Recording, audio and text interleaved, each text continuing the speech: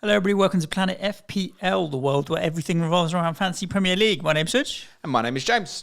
Today we are talking about the Qatar 2020 World Cup 22 bid. even. 2022, sorry. Yeah, 2022 World Cup bid. The 2022 Summer World Cup bid. 2 days away from kickoff, and a little bit probably.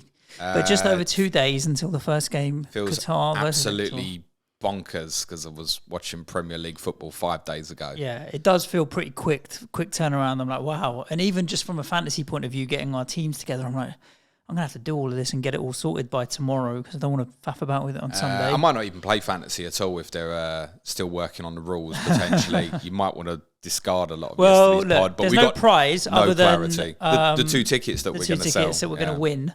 And you don't even need to play to be in the draw for that. You just need to register a team, James. So auto pick and be done with it. Yeah, okay. I'm not going to talk about that now because I don't know what's going on. It's a mess. No. Netflix were very kind to us, James.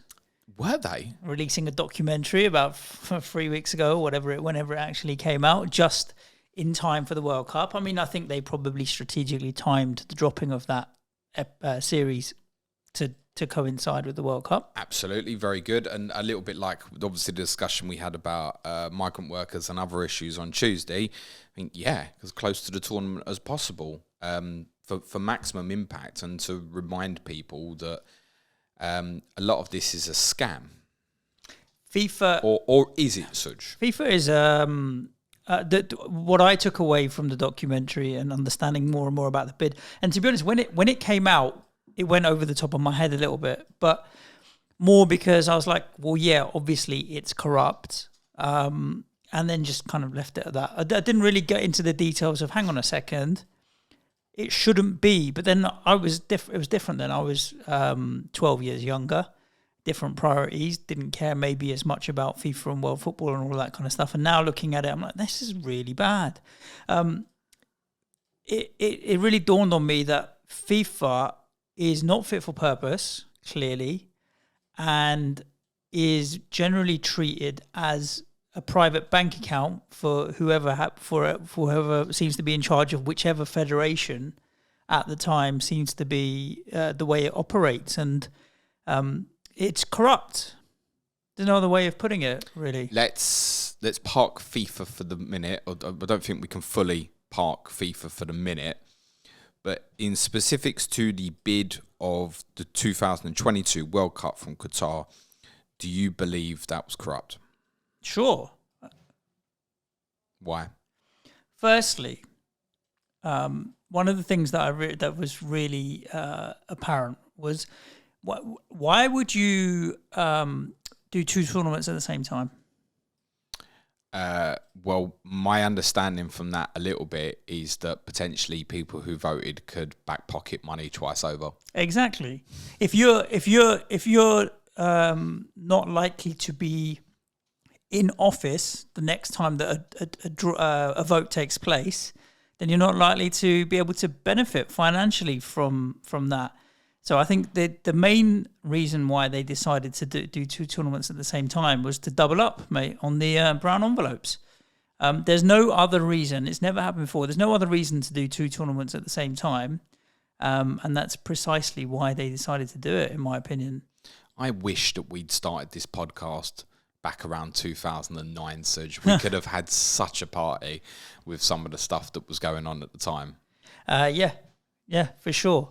There was obviously America were in the running to want to host the tournament as well, and America were considered by many as the favourites for winning the bid. Blatter has since said that he thought America should have had it. Yeah, and he has said that he's told other people to vote for America. Whether or not he did, I don't know. I don't know if I believe him, but he does kind of say that he wanted America to win the bid. Maybe America was offering him more money. That's also true. Qatar, I think, believed there was opportunity because of the sheer volume of time between the original kind of bid going in for the tournament and obviously the hosting of it, which is next week or Sunday, that they could put in place all the things that they needed, right? They only had, at time of bid process, one stadium. It's the Khalifa Stadium, I believe, is the only one that's not completely brand new. I think the thing that the bid chairman and the general secretary of the federation and so on all hang their hat on is that they still believed that they had the best bid on merit, and that's why they won. But when you drill down into the elements of the bid, it's hard to make a case that they had the best bid infrastructure-wise, operations-wise. The only reason I feel like they might have had a case to say that their bid was the best because it was the first World Cup that would be in the Middle East, or taking football to a new territory or a new nation or what have you.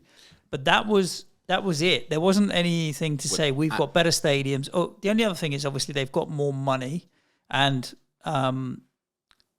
they could put on a better show because they were going to throw more money at it. So as I said on Tuesday's podcast, South Africa spent 3.5 billion on all the planning, infrastructure, etc. for their World Cup. I have now seen a figure for what they believe Qatar's will be. It's around about 185 billion, which, what's that, 60 times more or something absurd. Their bid process originally, as all World Cups venues have to be, minimum of 12 stadiums. That was in the bid, 12 stadiums. Yep. It's only going to be 8. Each stadium is going to be used every 2 days in the tournament, except obviously Ecuador, Qatar is day 1, so that's 3 days before it gets used again. There's probably going to be a pitch at this tournament. It's going to be knackered within a couple of weeks. It'll be interesting to follow. I mean, obviously the heat, you got to bear in mind. They'll be watering the pitches, I get that.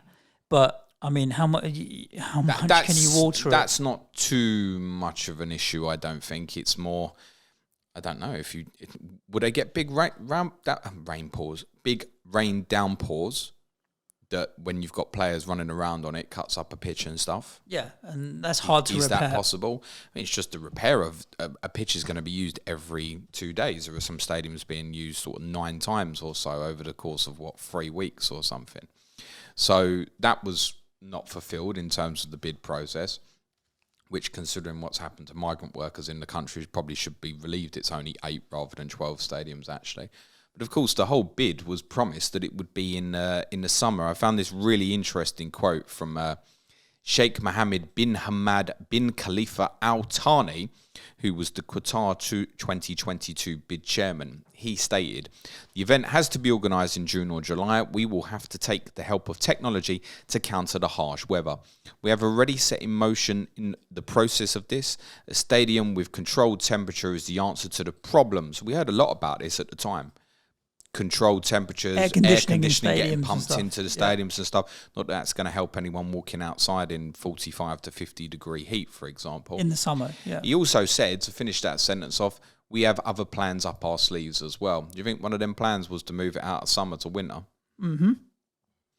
So they won the bid process based on having 12 stadiums and definitely hosting the tournament in June or July. Neither of them were fulfilled as a start. No.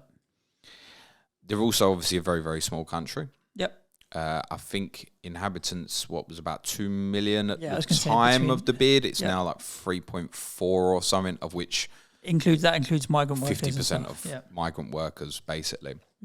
So there's a lot of stuff in the bid process for this tournament that weren't fulfilled. But okay, we can get over that a little bit, I think.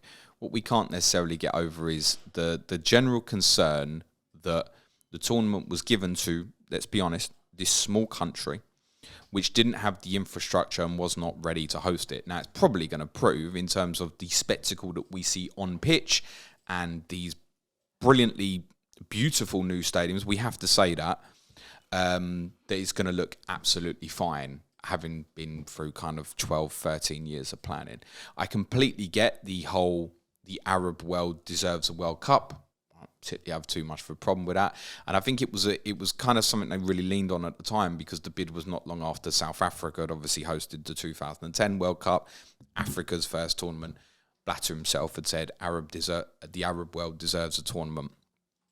Absolutely fine, but Qatar, to be the host nation, I think, look, there's obviously major issues with nations like Saudi Arabia, etc. as well. But Qatar never even qualified for a World Cup. Their history, and I think many people my age will agree with this, their history in terms of football, to my knowledge, prior to winning this World Cup bid, was that bizarrely they were in the first ever FIFA game, incredibly, FIFA International, which was released, I want to say, in 1993, and playing it as a 10-year-old kid. Why is Qatar in there? Right. And the only reason you played with Qatar is because they were by far the worst team in the game. So it was a challenge. Why were they even in that? I don't know. That's all I knew Qatar from in terms of football, literally that. So why they were picked as this nation, the Arab nation, like at least the size of Saudi Arabia, for example, would have made more sense. Yep. From that perspective. Why did they get the bid? They got the bid because of exactly what you've said. Money talks, right? It does. What's the role of Mohammed bin Hammam in all this? Well, he is Sepp Blatter's enemy Now, isn't he? He was Sepp Blatter's right-hand man. Sepp Blatter has a lot of enemies, I should add. Ally for a long time. He was obviously a Qatari ambassador out for FIFA and that kind of thing as well. The challenge here is now the way that Qatar... The rumours are... Well, the allegations, I should say, rather than rumours, because you have whistleblowers that have come out and said that this happened. Obviously, a lot of these things have been denied, but these are whistleblowers that they've got no reason to lie or make this kind of stuff up. That the Qatari delegation then went on a tour around the world, having meetings and conversations with people all around the world to make sure that they won the bid. And the bid, the way that FIFA works, obviously you've got the regional continental federations like UEFA and CONCACAF and CONMEBOL and AFCON and whatever else. And then within that, you've got your member nations as well. And it's one nation, one member, but one nation, let's say. One vote. And generally they'll vote in packs. Yep. So you'll get all of Europe will vote depending on whoever Platini said we should vote for and that kind of thing. So it's very, you scratch my back, I'll scratch your back. And it's all very group territorial, we'll work together as a team. And the rumours, that there's all sorts of rumours and allegations, I should say again, like Africa, for example. There are a number of African nations that came out in the documentary that were given $1.5 million per nation as a donation towards your football. The infamous meeting between the president of France, Nicolas Sarkozy, the Qatari gentleman, and then Michel Platini, who says at no point did they... He was going to vote for Qatar anyway. At no point did they tell me to vote for Qatar. But I was very clear that it was in the interests of the French nation that Qatar won the World Cup. Suddenly, Qatar buys PSG for shitloads, buys the TV rights for Ligue 1 for shitloads, starts buying French fighter jets for shitloads. There was the situation with Thailand and the gas deal. And suddenly, all around here, all of these kind of deals are popping up. Now, but go on, finish. That it's not the first time it's happened for a bidding process. No, so and I was going to say, can we conclusively say that these things, say for example, the gas deal with Thailand, can we conclusively say that there's a link here to the bid process for the World Cup?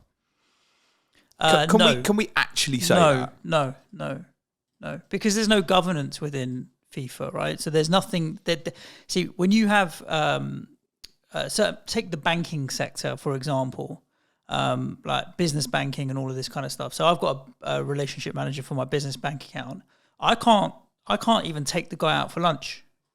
If I take him for lunch and it's more than 50 quid, he has to fill in a form and declare it to the bank. Is that why you never buy me lunch? Yeah. He does a lot, actually. There's no governance here because they need to make sure that there's no undue influence. If I wanted to borrow money and he's my mate, he might sign it off and say, don't worry, this company's all legit. Because this is what happened in the olden days, right? Where it was about relationships. So you can't do that. There's no governance like that within FIFA. The situation with Jack Warner in CONCACAF, for example, came about because of the South Africa World Cup. I feel like he's one of the most laughable people that's ever been involved in football, honestly. Yeah, I mean, people need to watch the documentary to see how he even threw his sons under the bus. Couldn't care But less. I think most of the guys will have heard of Jack Warner without needing to watch the Netflix documentary. Correct. But the South Africa bid was so much earlier, even though the money was paid later.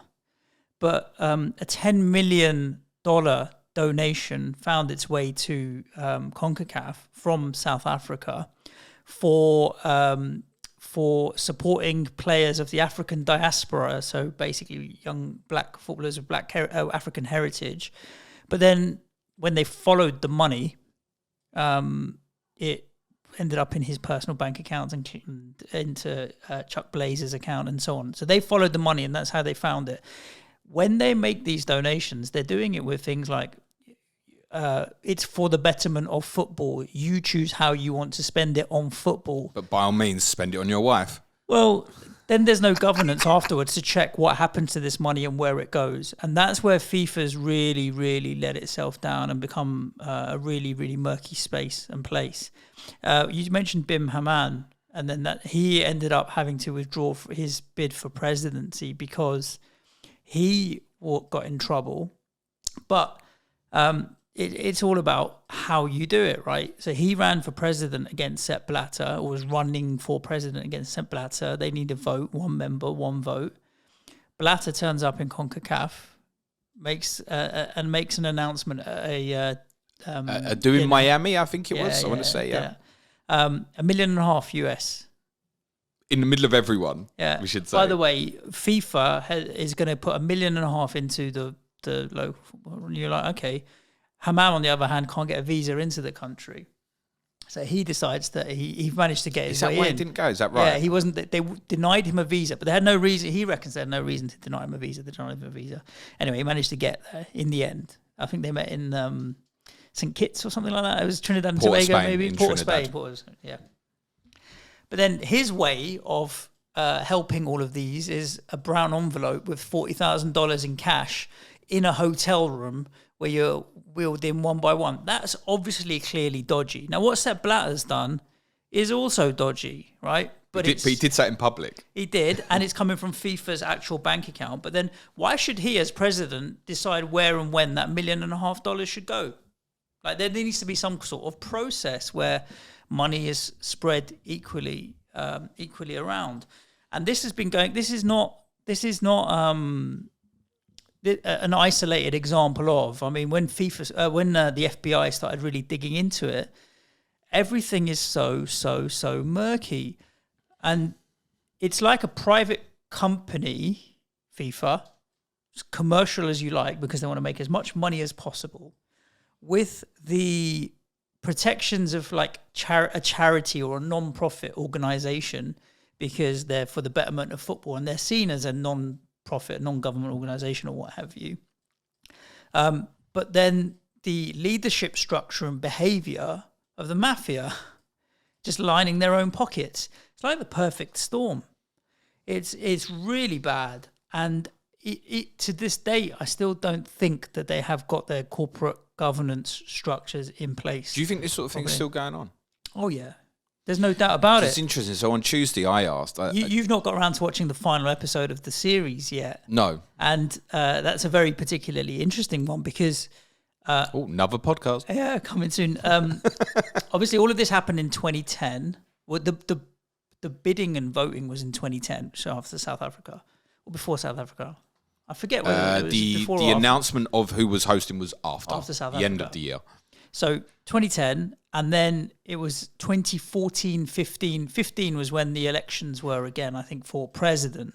And then a lot of stuff came out then around Jack Warner and Chuck Blazer and the allegations of corruption and then the whole Platini thing later.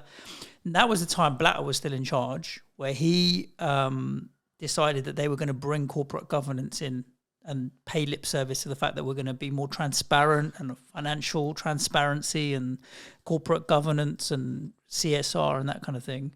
So the final episode in the series talks about how different people came into FIFA to try and make change happen. And they were told, yeah, you can do a bit of this, do a bit of that. But as soon as they started trying to implement change, they were told, nah, and then eventually kicked out. And they paid lip service for 6 months to it, hired a few consultants, kind of got them to do a bit of work, didn't implement anything they said, and then got rid of them. And then there was a gentleman who replaced Jack Warner in charge of CONCACAF. If I said to you, we're going to get someone to run CONCACAF, I need to pull up his name, which I will do in a second. And it's been really corrupt. So let's hire a banker from the Cayman Islands. Is that right? I mean, it shouldn't be funny, but it is, isn't it? Because the Cayman Islands, isn't that how the FBI got involved anyway? They were wiring transfers via New York to the Cayman Islands, which was flagging up suspicion. Exactly. I'm going to pull up his name. Where are we here? What? Go on. Have you got it? In your own time, Suj.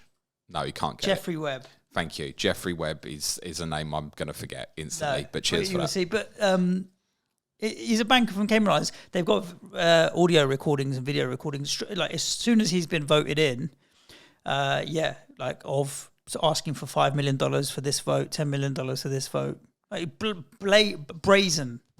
On Tuesday, I asked if sport and politics, i.e., football, should football and politics mix, and that was again related very much to should the West be having a say in terms of what Qatar's religious beliefs are, etc., etc. Should the West be telling them what to do with themselves? But in terms of sport and politics, and should they mix, whether we like it or not, they do. Because this, in terms of a bidding process for a World Cup, or in the case of Bin Haman and Blatter running for FIFA presidency, it's politics. And nothing to do with football. Fair? Yeah. England played a friendly in Trinidad in the noughties. Yeah, I remember. Because England were also bidding for the 2018 Wasn't tournament that went Stephen to Carr's goal or Russia. something like that? Stephen Carr for England. No, You're definitely on drugs. It's the one I told you Stephen Warnock got a cap. They tried to take it off him because they tried to claim that it actually wasn't under a FIFA legit game. And the reason England went out there was to try and get votes. Jack Warner's vote and the CONCACAF region, specifically to Trinidad, to get Warner's votes for England for 2018. Mm-hmm. So we're guilty too. A little bit different. Yeah, I'm saying it goes back to South Africa before and so on and so on. A little bit different sending a team of footballer and sending brown envelopes, don't get me wrong. But England played a football match that was for political reasons. It was the only reason that football match happened. And I think there was a probably in hindsight quite a lot of regret that match took place, because it's not that England played Trinidad, but the fact that the match happened and everybody knew it was to try and win votes for the World Cup. So you got these guys who were offered money by Warner, and this is obviously more FIFA chat now, and a few of them didn't take the money, right? Yes. And I think the fella from Ecuador and a few other places. So it wasn't just CONCACAF, it was CONMEBOL as well. All the CONMEBOL nations. I think he brought the two of them together for that particular event at Port of Spain. Just get them all together. Invite them all. Yeah. And the thing is, like, they're covering the flights, they're covering the hotels, all sorts of stuff. I mean, but this goes back to just FIFA being a private bank account for all of these guys. When you had Jacques Haveland was the president in Brazil, and he'd get a private jet to Geneva for a day just to go and say hello to people and walk around and chat and then go back. And you're like, how is that sensible? Or the the Congress, the FIFA Congress that they do every year, where people are walking around with FIFA branded Rolexes or whoever happens to be the sponsor of FIFA at the time, and should we care? Lavish meals and all this kind of stuff. Should we care that this sort of thing's going on in the background? Should we care? Because one way of looking at it, rather than bribes, could be to look at them as gifts, which is, I'm sure, how it will get sold from. It depends how they get spent, how the money was spent. If it's lining a guy's pocket, paying for cars and private jets, let's be very, very real here, right? We can all have the ethics of don't think it should be in Qatar, yada yada yada. If someone walks in this room and says to me, like the three gentlemen, it was Cameroon, Nigeria, and Ivory Coast, I think, the three that were highlighted in the Netflix documentary, that the Cameroon official got offered $1 million, I think. They upped it. They laughed and he just went, I'll make it 1.5 then, and got accepted. If someone walks in here and said, I'm going to give you $1.5 million and all you've got to do is vote for someone in something. Well, I'm taking the money. Real or not? Okay, so let me ask you a different These question. people are in positions of power where shouldn't do it, right? Is FIFA the equivalent of the Premier League or the FA? That's a really, really good question. In what manner do you mean? In terms of the governance of football? Or? Well, the FA for me is responsible for football in England, which means grassroots and making sure that everything from kids football all the way through is consistent. They're the guardians of football in this country. The Premier League is a commercial organisation that's there just to promote and make money for the clubs in the Premier League at the time. And they don't carry, for me, any responsibility for the rest of football. I disagree with that a little bit. They do, but they don't. Like, morally they do. But this is why... Morally they do, but maybe legally they don't. Whereas the FA carry that responsibility. Want to get football governance in this country, independent governance, so that is filtered down and does become written responsibility. So for me, it feels like FIFA started out as the FA, thinking, we want to keep governance for all of the levels of football and making it consistent and diversity and inclusiveness and all of this kind of stuff. And then has morphed into the Premier League. The more money's come into it, the more they've moved away from this governing body organisation to a commercial organisation where they're selling rights and sponsorships and all this kind of stuff. But FIFA, the Premier League's not a member of FIFA. The FA is a member of FIFA. And all of the federations, the national federations, are the equivalent of the FAs. This is the problem, James. So I think that its responsibility is not to make as much money as possible. It's to make football grow as a sport. One of the big conversations recently, I think pushed by Gianni Infantino and other people, is the idea of the World Cup becoming every 2 years, right? Why? Commercial. Of course it is. It's not about football. It's not. One of the sales pitches of the idea is, we can give football to everybody.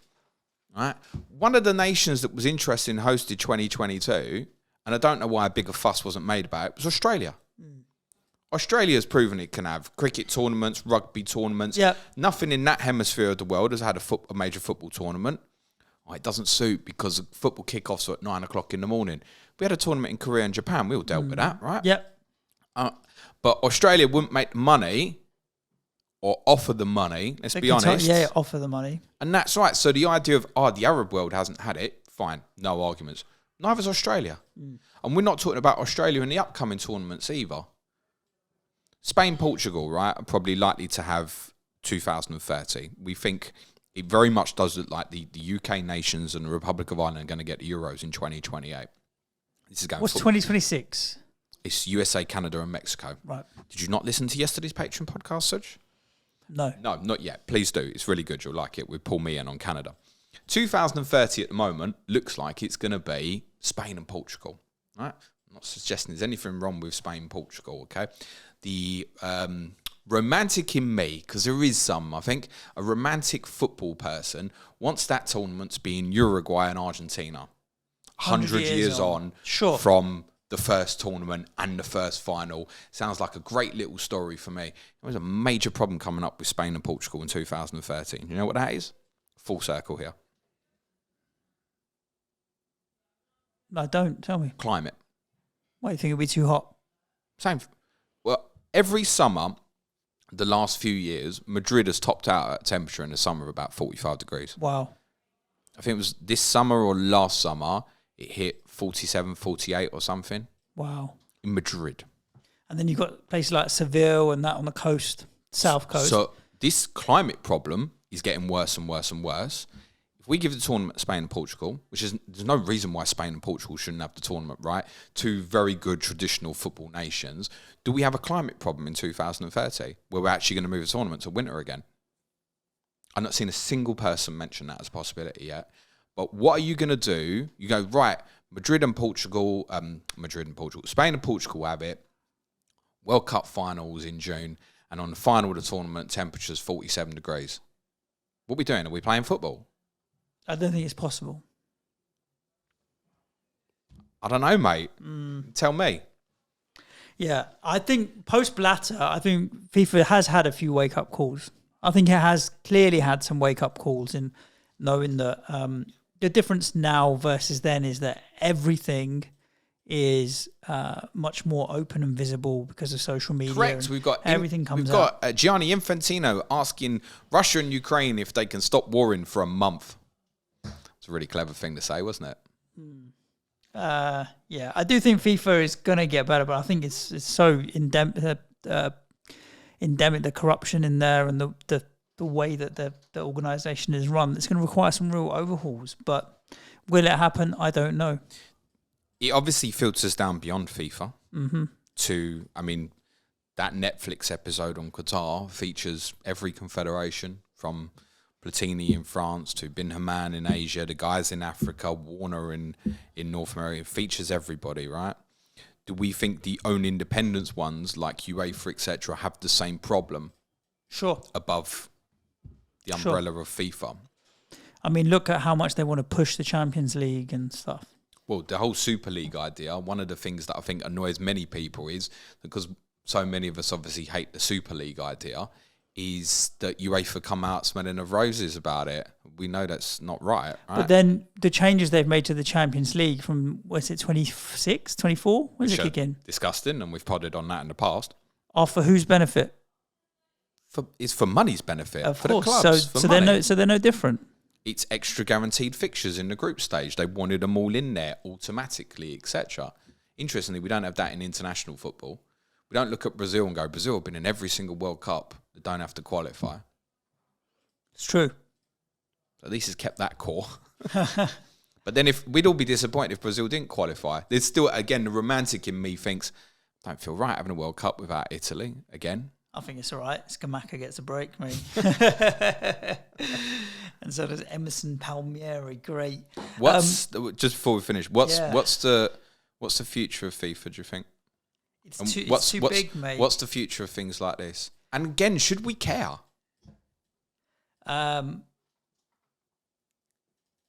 There is probably a growing divide between grassroots football and top-level football. And the bigger that gap gets, the more we should care. The football, for me, is probably a pod that we can talk about doing when there's downtime. I think football, for me, now is so representative and reflective of the problems in society, the ones that I think are a problem. So homophobia we talked about, include like gender bias, men's versus women is amplified in football, discrimination, racism, all of these things get highlighted in football. When you get to money, one of the biggest problems in society is income inequality, the rich getting richer and the poor getting poorer. The biggest is it's massive. The gap just keeps getting bigger. And football is, again, a reflection of that societal problem, income inequality. The bigger that gap gets, yes, it will become a problem. Because I think we're starting to see people get disenfranchised with it. And what's the point? Like, even now, take the Premier League. Man City, great, they're going to win it. Maybe, possibly, Arsenal will have a... Hope so this year. Arsenal will have a I've not got much choice. You disagree with Cristiano Ronaldo, I have to add. Because he did say that if United don't win it, he made it into Arsenal, the podcast again, Suj. because he said he wanted Arsenal to win the Premier League if it's not Man United. It's just another thing to dislike about the bloke. But it's probably bitter because City didn't sign him, in fairness. Man City will probably win the Premier League. It's still favourites to win the Premier League. Not on a level playing field with your club or my club or any club. No. So is it where's the sporting integrity gone all of a sudden with the game? And but then it's the same thing. Honestly, you could look at it's interesting, right? You could look at Arsenal. Say Arsenal do win the league, right? Amazing sporting achievement if they do it this year, right? And you could look at them going up against Man City and go, it's a victory for football. You generally could come to that conclusion. But it's not a victory for football when you then compare with your Bournemouths and your Fulhams and your other things, right? And so everyone loves that Leicester story. Exactly. But they're fewer and further between. And football's, obviously with the Super League and stuff, they're trying to get rid of some of this stuff and protect their own income. And I think kids growing up now, a lot will be like, well, what's the point when there's financial doping and that you get like, if West Ham keep losing week in, week out, my kids are not going to want to go and watch them lose week in, week out. There's better things they can do with their time. And you want sporting integrity, and money blurs that a lot. And that's why we should be worried. That's why we should care, James, in my opinion, because we don't want the rich getting richer, the poor getting poorer, and then there's no way back. Have we not already hit that point in football?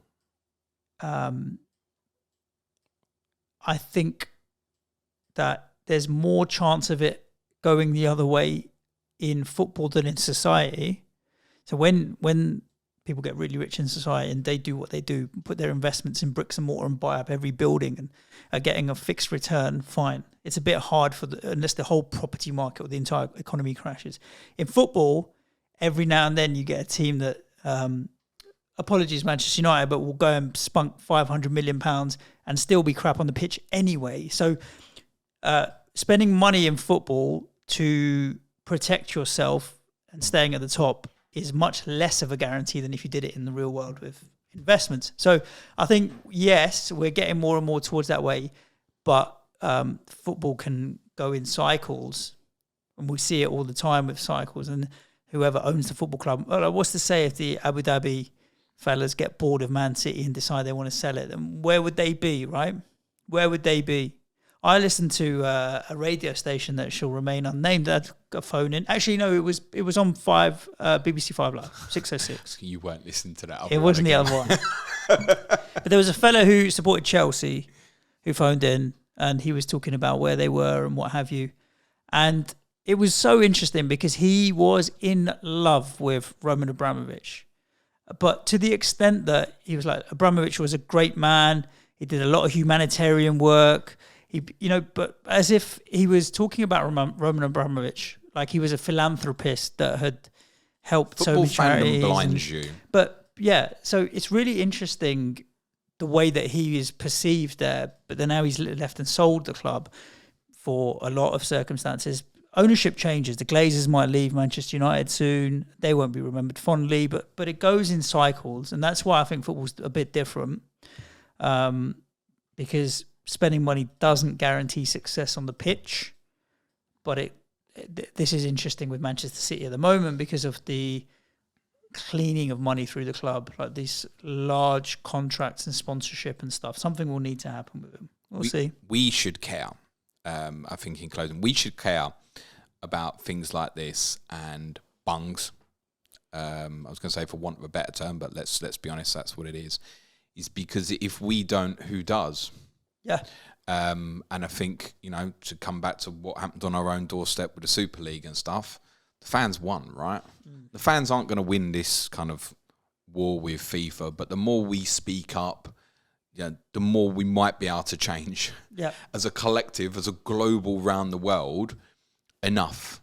As I've said to you a number of times, like Klopp got kind of hung up recently about, you should have spoke up about 2010 back then. And I do stand corrected that he was managing the Bundesliga at the time, but wasn't obviously a well-established name to what he is, one of the biggest managers in the world that he is now. But I think if we'd have had the social media platform now, which might get turned off on Twitter before this podcast goes out, by the way. But we're living hour by hour with Twitter. But while it's still there, the social, and if Twitter does go, it will be something else in a couple of weeks and stuff, right? I think if it had existed 13 years ago as it existed now, I don't think the World Cup would be in Qatar, personally. But there was a lot of outburst then, but it wasn't amplified to the extent. I get it. No, I don't think so. Maybe that's an age process in my head in the sense that I was in my mid-20s basically at the time, and it's not such a bigger thing in my head as it is sitting here and talking to you about it now approaching 40, right? I don't know. Maybe that's that influence personally in me as well, that I'm more aware of things like that, possibly. But I do think if we'd have had a greater social media noise back then things would have been different. It might even be that it didn't go to Russia either. Fair play. Listeners, regardless of what we've said, 2 days from now, it's going to be kicking off. Kicking off football, I should add. Qatar, Ecuador. I'll tell you where it's not going to be kicking off is in the beer tents. Yeah. Which are binned. Oh, they're not having it anymore. This is going to be a major headache for FIFA because the amount of money Budweiser have paid them. Wow. We shall see how that unrolls through the World Cup as well. Do subscribe wherever you are listening to the podcast. But also, if you're listening to the audio and are not subscribed on YouTube, head over there and hit the subscribe button because James will be live streaming each and every day next week and the following Monday. Also, very importantly, we don't ask for it much, but particularly after pods like this as well, a little rating on Apple, Spotify, etc. go a long way, particularly as well by the next time we release a podcast, we might not actually have any platform to promote it on. Oh, you never know. If we've got some stars and stuff, like subs, all that, it'd be very helpful. Thank you. And enjoy your weekend. Stay safe. Ciao for now. Thanks, everyone. Be nice to each other. Cue music, please, man child.